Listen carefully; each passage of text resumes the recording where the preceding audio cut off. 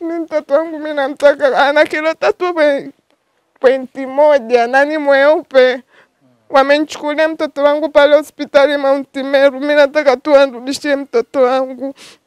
Sina lingine. Baada ya binti anayefahamika kwa jina la Neema Kilugala, mkazi wa kata ya Daraja Mbili mkoani Arusha, kuilalamikia hospitali ya rufaa ya mkoa wa Arusha ya Mount Meru ya kwamba mtoto wake aliyemzaa katika hospitali hiyo alibadilishwa.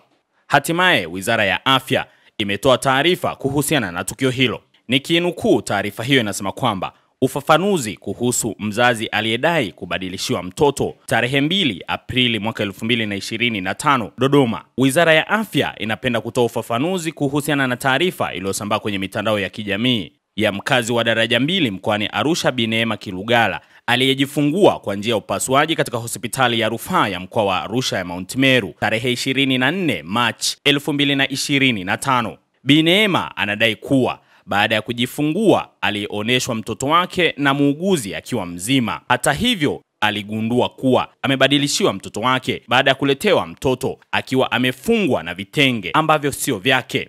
Muuguzi wa hospitali hiyo alidai kuwa alichanganya vitenge na vya mtoto mwingine, hivyo akaahidi kwenda kubadilisha. Pamoja na kuchukua hatua hiyo, bado kulikuwa na hali ya sitofahamu. Kufuatia hali hiyo, Wizara ya Afya kwa kushirikiana na ofisi ya Katibu Tawala mkoa wa Arusha pamoja na jeshi la polisi limechukua hatua zifuatazo. 1. Kuchukua sampuli za wazazi waliojifungua kipindi hicho pamoja na za watoto kwa ajili ya uchunguzi wa vinasaba DNA katika ofisi ya mkemia mkuu wa serikali. Namba 2. Kumsimamisha kazi muuguzi aliyemhudumia ili kupisha uchunguzi. Baada ya uchunguzi kukamilika, taarifa rasmi zitatolewa na hatua stahiki zitachukuliwa. Imetolewa na mkuu wa kitengo cha mawasiliano serikalini, Roida Andusamile. Bado tutaendelea kufuatilia ili kuweza kupata taarifa zaidi kuhusiana na taarifa hii. Ripoti za IOTV pamoja na millardayo.com. Hapa na ripoti kutoka Arusha, naitwa Godfrey Thomas Ngomba. Mtoto wangu mpaka leo mtoto wangu analia tu, anabaki kukamua maziwa, na wale wengine wameruhusiwa waondoke na watoto wao.